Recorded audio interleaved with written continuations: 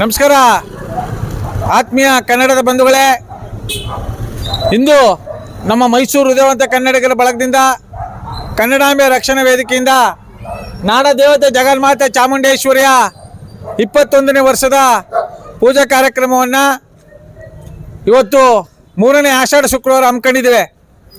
ಈ ಆಷಾಢ ಶುಕ್ರವಾರದಲ್ಲಿ ನಾಡದೇವತೆ ಜಗನ್ಮಾತೆ ಚಾಮುಂಡೇಶ್ವರಿಯ ಪೂಜಾ ಕಾರ್ಯಕ್ರಮವನ್ನು ಏನಕ್ಕೆ ಹಮ್ಮಿಕೊಂಡಿದ್ದೀವಿ ಅಂದರೆ, ಈ ನಾಡಿಗೆ ಒಳಿತು ಬಯಸಿ, ರೈತರ ಒಳಿತು ಬಯಸಿ, ವಿದ್ಯಾರ್ಥಿಗಳ ಒಳಿತು ಬಯಸಿ, ಕನ್ನಡ ಪರ ಹೋರಾಟಗಾರರ ಒಳಿತು ಬಯಸಿ, ದಕ್ಷ ಪ್ರಾಮಾಣಿಕ ಅಧಿಕಾರಿಗಳ ಒಳಿತು ಬಯಸಿ ಒಳ್ಳೆಯದಾಗಲಿ ಅನ್ನೋ ಉದ್ದೇಶಕ್ಕೆ ನಾವು ಚಾಮುಂಡಮ್ಮನ ಪೂಜೆಯನ್ನು ಹಮ್ಮಿಕೊಂಡಿದ್ದೇವೆ. ಈ ಪೂಜೆ ಮಾಡೋ ಉದ್ದೇಶ ಈ ನಾಡಿಗೆ ಒಂದು ಸಂದೇಶ ರವಾನೆ ಮಾಡುವುದಕ್ಕಾಗಿ, ದಕ್ಷ ಪ್ರಾಮಾಣಿಕ ಅಧಿಕಾರಿಗಳ ಪರ, ಪ್ರಾಮಾಣಿಕ ಹೋರಾಟಗಾರರ ಪರ, ಕೆರೆಕಟ್ಟೆಗಳ ಉಳಿವಿಗಾಗಿ, ಕನ್ನಡ ಶಾಲೆಗಳ ಉಳಿವಿಗಾಗಿ ನಮ್ಮ ಹೋರಾಟ ನಿರಂತರವಾಗಿರ್ತದೆ. ಇವತ್ತೇನು ನಾಡದೇವತೆ ಜಗನ್ಮಾತೆ ಚಾಮುಂಡೇಶ್ವರಿಯ ಪೂಜಾ ಕಾರ್ಯಕ್ರಮದಲ್ಲಿ ನಾಲ್ವಡಿ ಕೃಷ್ಣರಾಜ ಒಡೆಯರ ಕೊಡುಗೆ ಅಪಾರವಾದದ್ದು. ನಾಲ್ವಡಿ ಕೃಷ್ಣರಾಜ ಒಡೆಯರ ಅನ್ನ ತಿಂತಾ ಇದ್ದೇವೆ, ಅವ್ರು ನೀರು ಕುಡಿತಾ ಇದ್ದೇವೆ. ಡಾಕ್ಟರ್ BR ಅಂಬೇಡ್ಕರ್ ಅವರು ಸಂವಿಧಾನವನ್ನು ತಂದುಕೊಟ್ಟವರು. ಇಲ್ಲಿ ಡಾಕ್ಟರ್ BR ಅಂಬೇಡ್ಕರ್ ಅವ್ರನ್ನ ಇಟ್ಟು ಪೂಜೆ ಮಾಡ್ತಾ ಇದ್ದೇವೆ. ಅವರ ಸಂವಿಧಾನ ಅಪಾರವಾದದ್ದು.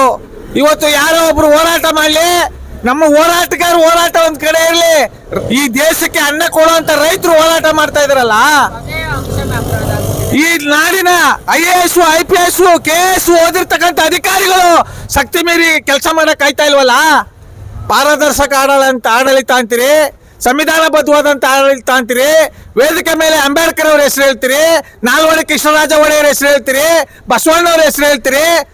ನಿಜವಾಗ್ಲೂ ನೀವು ಮಾಡ್ತಿರತಕ್ಕಂಥ ಅಧಿಕಾರ ಸಂವಿಧಾನ ವಿರೋಧಿ ಅಧಿಕಾರ, ಸಂವಿಧಾನ ವಿರೋಧಿ ಹೇಳಿಕೆಗಳು, ಸಂವಿಧಾನ ವಿರೋಧಿ ಕೆಲಸಗಳು.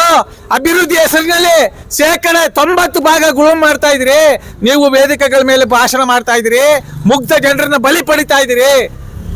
ಅದಕ್ಕೋಸ್ಕರ ಇವತ್ತೇನು ಮೈಸೂರು ಕಬಿನಿ ಜಲಾಶಯ, KRS ಜಲಾಶಯ, ಕರ್ನಾಟಕದಲ್ಲಿ ಇರ್ತಕ್ಕಂಥ ಜಲಾಶಯಗಳಿಗೆ ರಾಜ ಮಹಾರಾಜರ ಇತಿಹಾಸ ಇದೆ. ರಾಜ ಮಹಾರಾಜರ ಇತಿಹಾಸ ಇರ್ತಕ್ಕಂಥ ಕೆರೆ ಕಟ್ಟೆಗಳನ್ನ, ಕಬಿನಿ ಡ್ಯಾಮ್ಗಳನ್ನ ನೀವು ಅಕ್ರಮವಾಗಿ ರೆಸಾರ್ಟ್ಗಳು ಮಾಡ್ಕೊಂಡು ಐಷಾರಾಮಿ ಜೀವನ ಮಾಡಕ್ ಹೋಗ್ತಾ ಇದ್ರಲ್ಲ. ನೀವು ಸಂವಿಧಾನಬದ್ಧವಾಗಿ ನೀವು ಆಯ್ಕೆ ಆಗಿದ್ದೀರಾ? ಸಂವಿಧಾನ ವಿರೋಧಿ ಕೆಲಸ ಮಾಡೋ ಅಂತವ್ರು ವಿಧಾನಸೌಧಕ್ಕೆ ಹೋಗ್ಬೋದಾ? ವಿಧಾನಸೌಧಕ್ಕೆ ಹೋಗೋ ಅಂತ ಯೋಗ್ಯತೆ ನಿಮಗಿದೆಯಾ?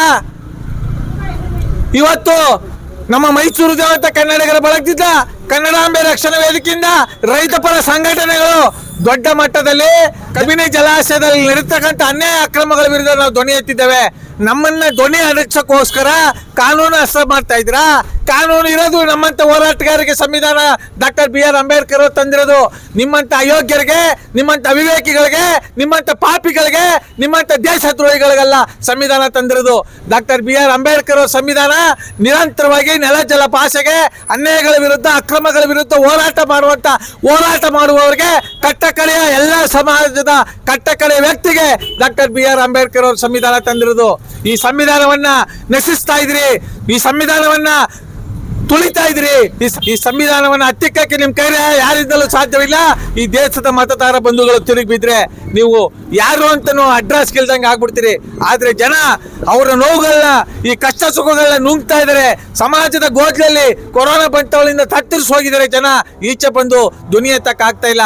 ಇದನ್ನೇ ಬಂಡವಾಳ ಮಾಡ್ಕೊಂಡು ಸುವ್ಯವಸ್ಥೆ ಹಾಳು ಮಾಡ್ತಾ ಇದ್ದೀರಾ. ನಾವು ಏನು ಕಬಿನಿ ಜಲಾಶಯಕ್ಕೆ ಧ್ವನಿ ಎತ್ತಿದ್ವಿ, ಈ ಎತ್ತಿರ್ತಕ್ಕಂಥ ಧ್ವನಿ 100 ಪಟ್ಟು ಧ್ವನಿಯಾಗಿ ಹೊರಹೊಮ್ಮುತ್ತೆ. ಕರ್ನಾಟಕದ ಜನ ಕನ್ನಡ ಪರ ಹೋರಾಟಗಾರ ಜೊತೆಲಿದ್ದಾರೆ, ಪ್ರಾಮಾಣಿಕ ಹೋರಾಟಗಾರ ಜೊತೆಲಿದ್ದಾರೆ. ನೀವೇನೇ ಮಾಡಿದ್ರು, ತಿಪ್ಪರ್ಲಾಕ ಹಾಕಿದ್ರು ಜಲಾಶಯವನ್ನು ಹಾಳಾಗಕ್ಕೆ ನಾವು ಬಿಡಲ್ಲ ಅಂತ ಹೇಳ್ತಾ ನನ್ನ ಮಾತ ಸಮರ್ಪಿಸ್ತಾ ಇದ್ದೀನಿ. ಜೈ ಕನ್ನಡಾಂಬೆಗೆ, ಜೈ ಕನ್ನಡ ಮಾತೆಗೆ, ಜಗನ್ಮಾತೆ ಚಾಮುಂಡೇಶ್ವರಿಗೆ, ನಾಲ್ವಡಿ ಕೃಷ್ಣರಾಜ ಒಡೆಯರಿಗೆ, ಡಾಕ್ಟರ್ BR ಅಂಬೇಡ್ಕರ್ ಅವರಿಗೆ ನಮಸ್ಕಾರ, ಧನ್ಯವಾದಗಳು.